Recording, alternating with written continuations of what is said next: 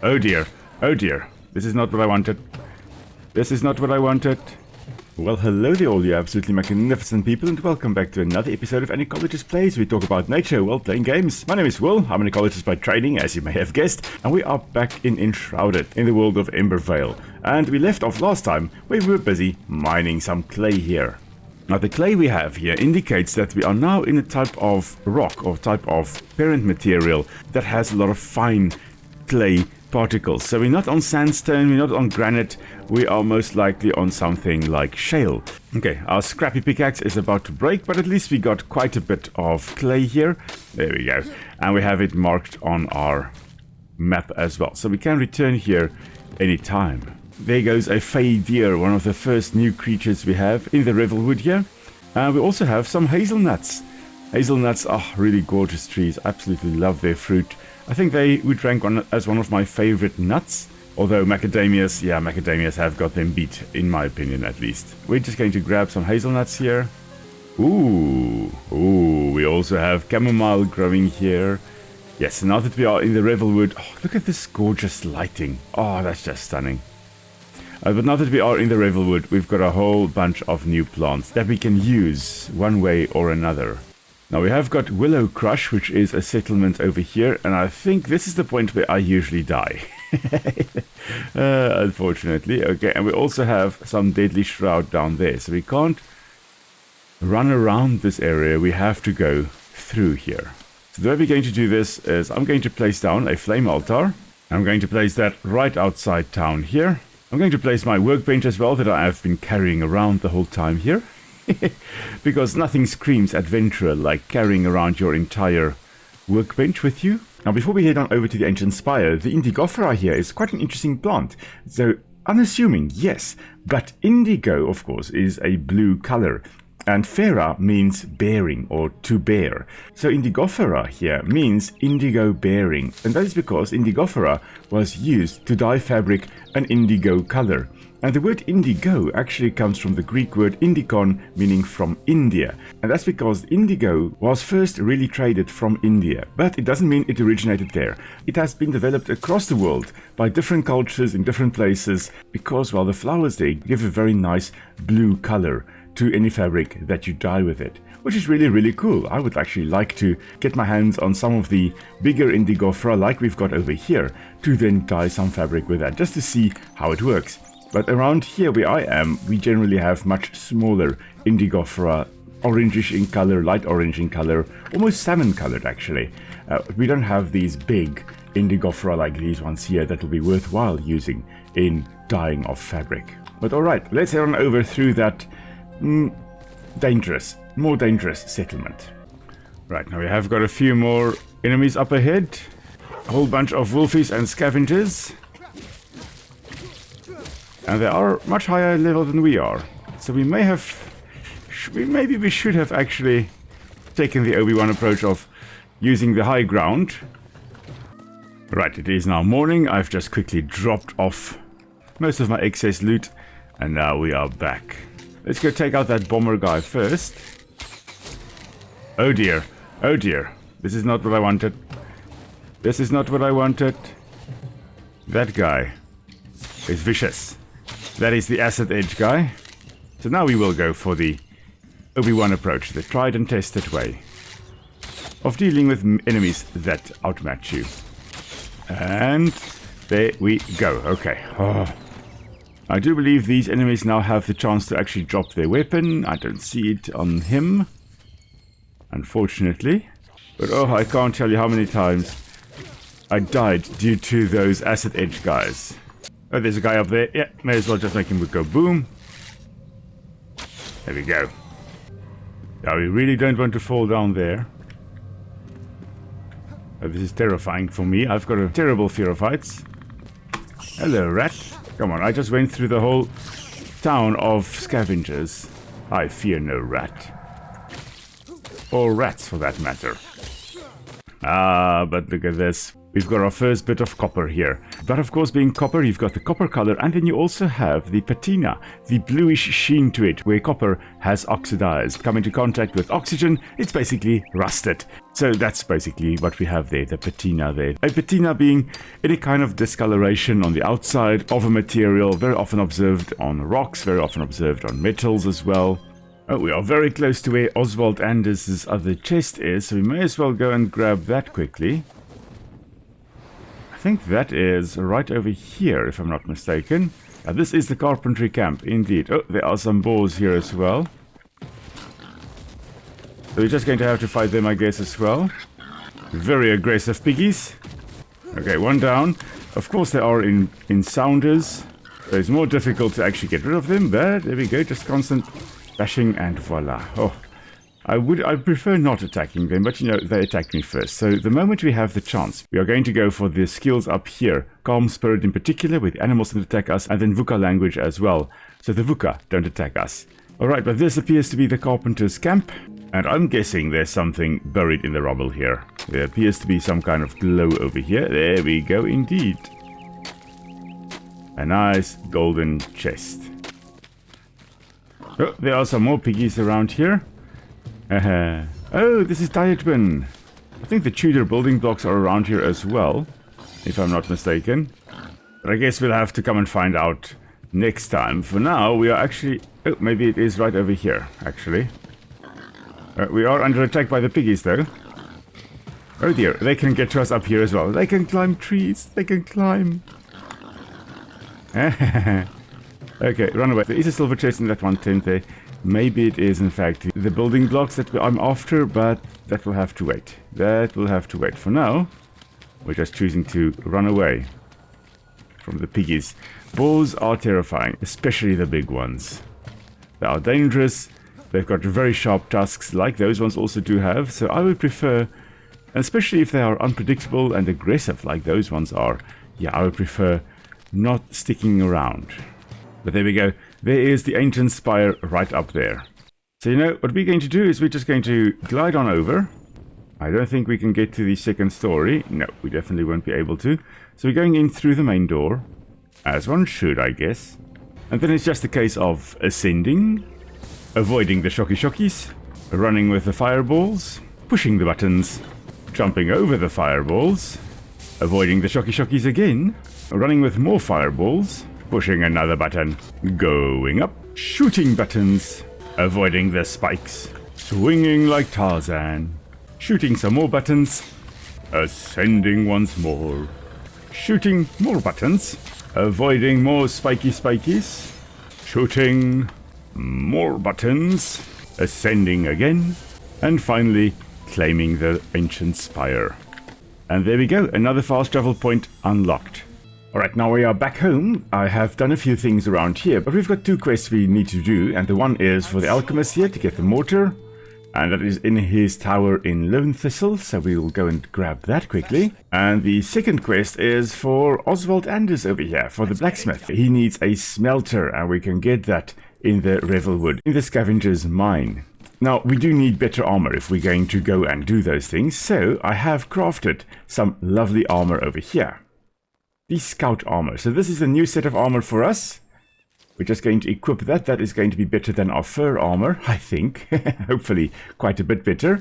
And in order to actually make the next set, the marksman set, we do need linen and we need brittle shroud petals and shroud mushrooms from the Revelwood area. So we first need to be able to make linen, and then we need to get some stuff from the shroud in the Revelwood area.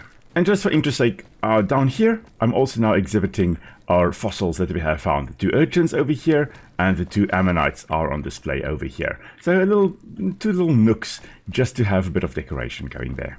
Oh, and lastly, I have some skill points to spend here, and I'm going to grab Blink. That is going to... yeah, that's one of my favorite abilities to get. Just so that instead of just rolling, I can very quickly dodge by blinking magically, one way or the other.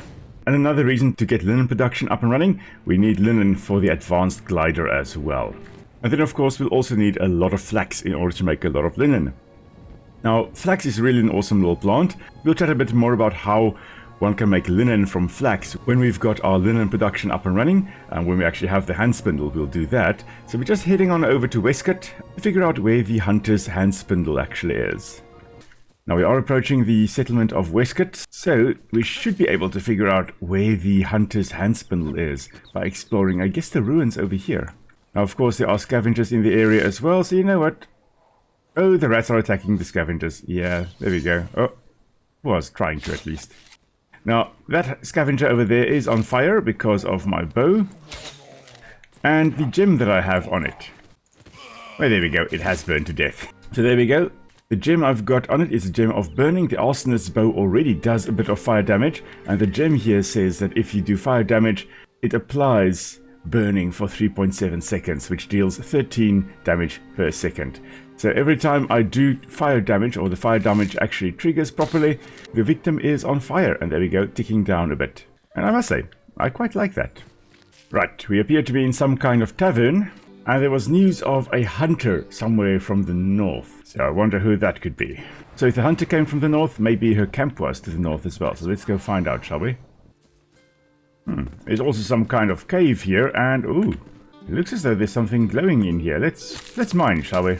What on earth is this? It's another fossil.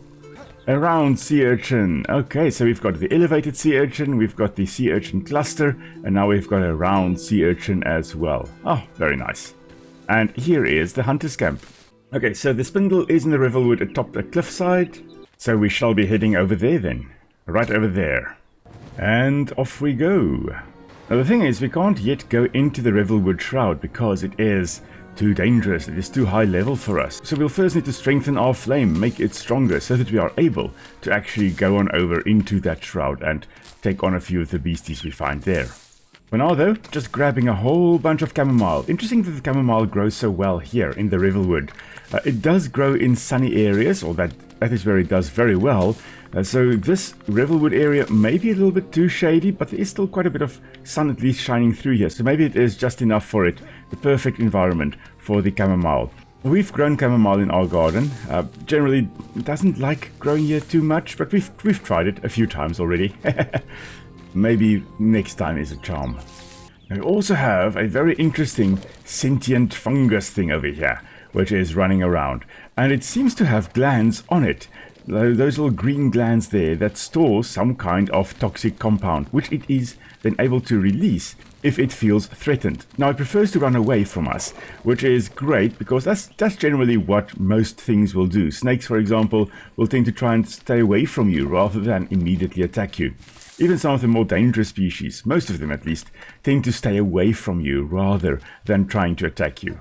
The thing is, we are heading into a cave now, and it's going to be dark in there, and there are probably going to be spiders, judging from the fact that we've got these spider webs all over the show here. And we also have glowy mushrooms. I think it's some kind of russula. Azure russula. There we go. Okay, we'll come and grab these on the way back. They are a nice source of light, at least a bit for us now. But I hear skittering sounds. There we go. Okay. You see, I can't wait to actually get the calm spirit so that the spiders don't attack us either, and we can just run around here with our torches equipped without having to worry about thousands and thousands of spooders attacking us. The one good thing, we're getting a lot of spider glands and a lot of string from this. I suspect there's going to be one emerging from this one. Oh no, from the one at the top there. Haha. Okay, a whole lot of clay again, and some copper one can also mine in this cave. Okay, good to know. And then some nice blue bioluminescence up there as well. Now it seems as though the spiders here are semi-social, which is very interesting. There are very few social spiders, or very few truly social spiders in the world. Some species will form loose associations, but there are a handful of species that are actually properly social, where they cooperate to actually catch prey. Ooh, there's a big one.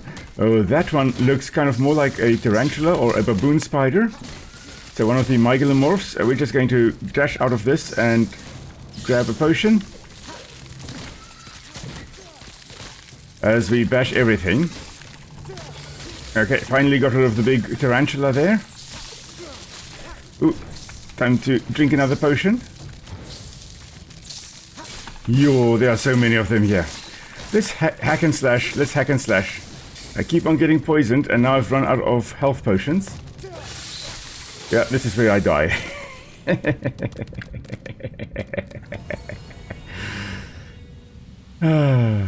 Right, let's go make some health potions. Alright, I've made 20 of the potions, 9 of the health potion plus, and 11 of the normal potions. So let's head back, shall we? Now, you know what? I am a ranger, supposedly, so there is something I could also try to do. I have brought some special arrows with me, so maybe we should be using that against a horde of spiders. Not that I can currently see a horde of spiders. Maybe we kind of whittled them down. Okay, I don't see any spiders around here, really. Here comes one, and there they go. Oh, there we go. Now they're responding. Now they're coming. So I should actually have just stayed quiet, because here they all come. I should have just snuck in and snuck out. Okay, almost done. There we go. One more, one more. And then a small one. There we go. Okay, so moral of the story. If you don't see spiders, sneak through. Don't let the chaos get you.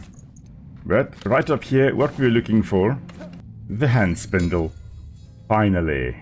So now we're just going to stock up on some azure russulas. And russula being a genus of fungus, I know russula quite well. We've got quite a bit of russulas here where I am. Though none of them are blue like that, and none of them are bioluminescent. Not around here at least. And then something else we can go and do is to actually go get the Alchemist's mortar, because that will hopefully allow us to get a few more things, or craft a few more things with him. But I think we should now get access to a new resource here, because this, there we go, is a type of fungus growing in the shroud here that is giving us, I think, shroud flakes, if I'm not mistaken? A shroud mushroom, not shroud flakes, shroud mushroom, there we go. And we do need some of that. Now, interesting, the fungus starts out growing, and then it looks like this, and then it eventually opens up the cap and releases its spores. So this one is was still an immature one. This one also. And it appears to be a different species from the smaller one that is growing right over here, because the smaller one actually branches. It is not a single stem, and at the small size it already has opened up its caps. Plus it is giving us shroud liquid rather than shroud mushroom. So yeah, different species altogether. Ooh, hello shroud person. Ooh, okay. I thought I blocked on time, but I did not. There we go, now I did. He is level 11, he is a higher level than I am. Which is not ideal. But we'll just keep on mashing until he is stunned, and until we can actually loot him a bit. Sheesh. We did also find another amber deposit right over here as well. That is quite cool. Just going to mark that on the map. There we go. So there's the Alchemist's Tower. How to approach it, that is the question. I think what I would prefer doing is actually just gliding almost straight to it. So let's go as high as we can. Alright, that's actually where we need to go. Well, I do believe there are some shroud plants I need to get rid of as well. And they are the fell version of the vicious vine we encountered previously. There's one right over there. Okay, we can actually shoot it right in the center there. And that does some damage, and there are apparently quite a few shroud people around here as well. I could hear them stumbling around. Just shooting all these these fell vicious vines. And there we go, shroud sacks as well as brittle shroud petals, which we need for our armor. There is a fell person over here. Gonna set him on fire. And then there's something to read about a weapon that we can also get. There's some fell critters. A few of them. But more importantly, the Alchemist's Tower. But if we look downstairs, there's the mortar. But we need to unlock a door here. So, let's head up. If you can't go down, go up. And there is a kitty cat here as well. And we are going to come and get the kitty cat later. We're grabbing all of the books from the Alchemist, because we're going to use that in the house as well as decorations. And there we go. Some kind of button we can push. And now it's back to the basement to get our hands on the mortar here. There are also a whole bunch of other lab equipment here that we will be able to make later. But we can't actually. If only we could come and grab these when we need to build them, instead of, having to try and make them ourselves. Right, so before we head off, there is a cursed weapon buried nearby. So under the family tree next to Wilma. So somewhere in Lone Thistle, there should be a big tree. So let's head to the top here. Get a nice vantage point right from up here. And let's look for... Oh, there's a flame shrine. Let's go get that first. Now there are lots and lots of trees around here, so it's difficult to know which one it is, but there should be a tree with 2 graves next to it. I think we should head a little bit more to this side. Now, the fact that it's buried next to someone, to me indicates that it's going to be some kind of graveyard. And... okay, there's a shroud timer first of all, and, well, this is a graveyard. Graveyards usually kind of on this side of... kind of just outside the town. So this is a level 15 guy we have to fight here. If only I could actually, hit him. May as well pull out the old explosive arrows here against him. Why not? If you've got them, use them. And finally.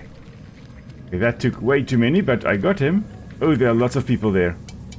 Oh, there are lots of people. Let's, not draw their attention. As we quietly come and loot this corpse.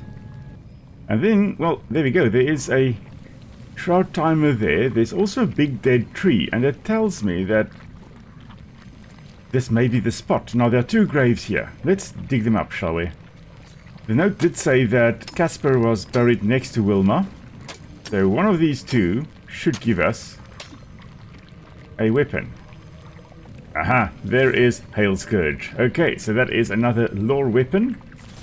And we got it. Okay, so it's on the corner here, right over there. That's where you can find Hail Scourge. Marvelous. I do like Hail Scourge, a very nice glowy sword. It reminds me kind of Sting of Bilbo Baggins.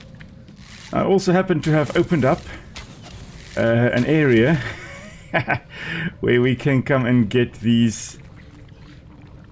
Oh, okay, let's just make this guy go boom as well. But yeah, here we can grab some archaic essences as well. What level are these? Level 13, so they're a little bit higher level than the level 5 archaic essences we had. That's nice. That's very nice. Right, now, let's head home, shall we? So we'll just plop down Balthazar's mortar over there, and Athalan's hand spindle right over here. Alright, so we need to grab a table saw for Cade here as well, and we are going to do that definitely, because that will allow us to make some wood planks. And this is where we're going to call it a day, everybody. So thank you very much for joining me on our little adventure here. Hope you had fun. I had a blast in the Revelwood, more way than one. Now I'll be back again on Tuesday with an episode of Flotsam, and then next Friday with another Enshrouded episode. So do let me know in the comments what you'd like to see me do next, and any suggestions you have for the way going forward. Until next time, everybody, stay safe. I'll see you all soon. Cheers.